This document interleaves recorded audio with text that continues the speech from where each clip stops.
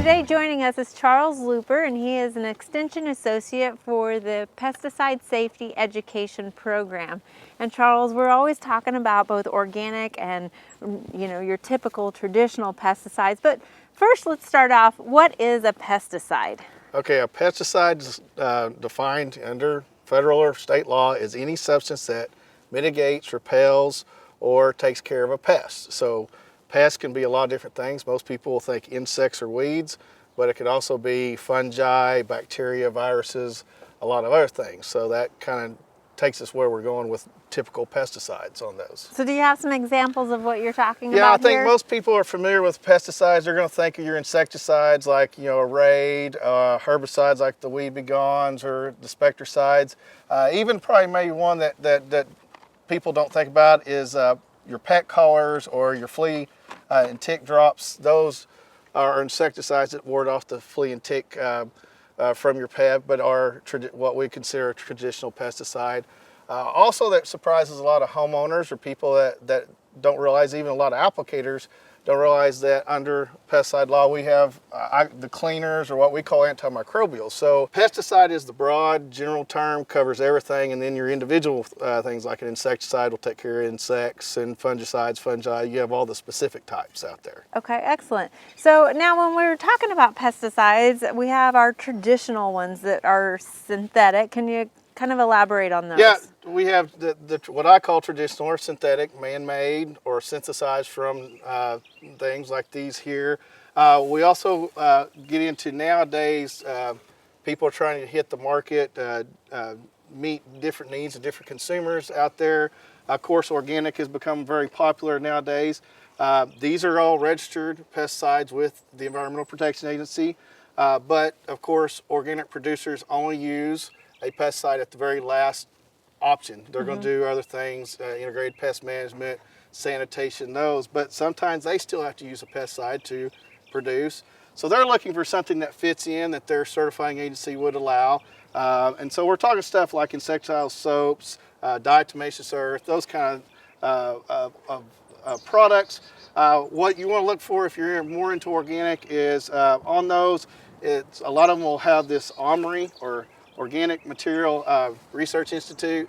They're going to certify their products that put their seal on, say that can be used for organic production if it needs to be at that point, and you would still be able to be certified organic. Or for a consumer at home, they know with that seal they're getting products that have been approved for organic. And for people that are interested in that, they can go to their website and actually find a list of products that are OMRI approved. Yeah, they do have a list. It's pretty in-depth, but they do have a website that lists products that are OMRI listed, that are out there that meet those companies have gotten OMRI listed on there. So they don't list everything, but if they're listing it there, they're working to meet organic standards. Okay, so our organic pesticides, as well as our traditional synthetic pesticides, all have an EPA pesticide number with them. Are there any that maybe don't have an EPA number, and what does that mean, whether it has a number or not? There's newer products out there. Some would call them they're natural products. There is a section that allows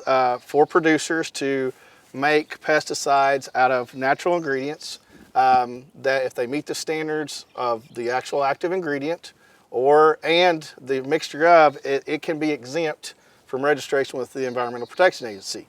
So these products here, a lot of times they're oils like sesame oil, canola oil, citric acid.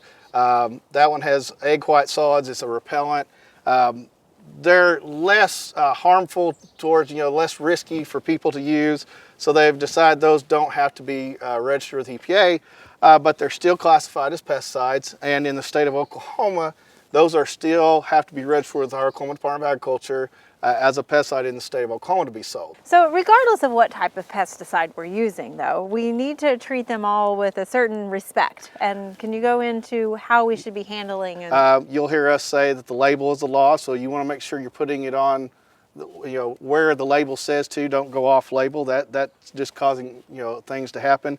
So whether we're using these products here or these here, we kind of have some guidelines, especially for homeowners. The labels aren't as clear as maybe say a farmer's label, where they really tell them what kind of gloves or personal protective equipment to wear.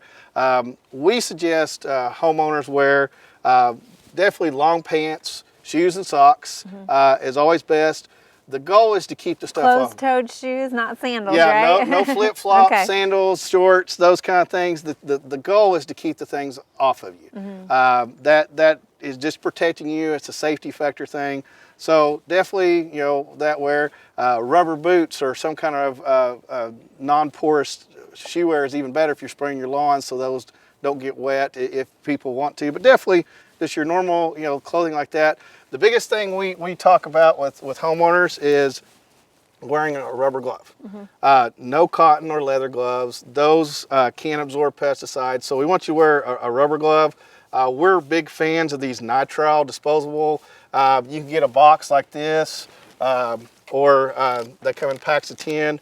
That's a box of 100.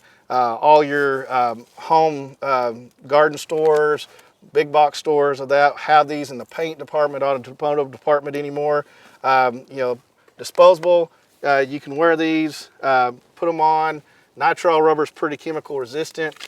These supposedly are one size fits all, which we kind of tried them out. They definitely, unless you have just a really big hand, you can get by with those. You're done at the end of the day, you take them off, throw them away. You don't have to worry about those. There's also these reusable gloves. You can find those. That's nitrile rubber. I call them, equate them to kind of like a dishwashing glove. You want something you can reuse. You want to wash those off after you're done. They're a little more sturdier. Longer, yeah. With that, but those also can be found. But we're a big fan of these. These are easy to find. You're done, you throw them away. You're protecting yourself. And I know a lot of times people might have latex allergies, so they're going to these that's too. another thing, good point. You know, used to you'd see a lot of the latex. We don't recommend. One, these are a little bit more chemical resistant, and then two, you don't have to worry about latex allergy. Storage, we want to make sure we store these no matter what the product, in proper places, away from feed, fertilizer in case you have a spill, definitely out of the reach of children no matter what the product is. They pretty much all say keep it out of the reach of children. You don't want kids messing around with those. And pets. Pets, definitely, if something spills, you don't want, you know, the dog licking up these materials if there's a spill. A good thing we do is when we store, we definitely will have people tell you, we like the little Rubbermaid containers. So if I have these in my garden or shed or my garage, if one of these does leak, it's going to leak in this. It contains it. It keeps it from off my shelves, my floor. And, you know, really depending on how many products you could still even use it up, get rid of it that way. But mainly to contain things, it's just a little cheap, easy way of protecting your areas storage-wise. We want to make sure you keep things in the bottles with the labels so we know what they are. Those instructions are going to be on there, and so we don't get them mixed up with something else. Well, thank you for clearing this up and giving us all this information about pesticides. And again, for homeowners, remember, the label is the law. We hope you enjoyed this video. It's part of our Oklahoma Gardening YouTube channel. You can also find even more videos on our OK Gardening Classics YouTube channel. And join us on social media for great gardening tips, photos, and discussion.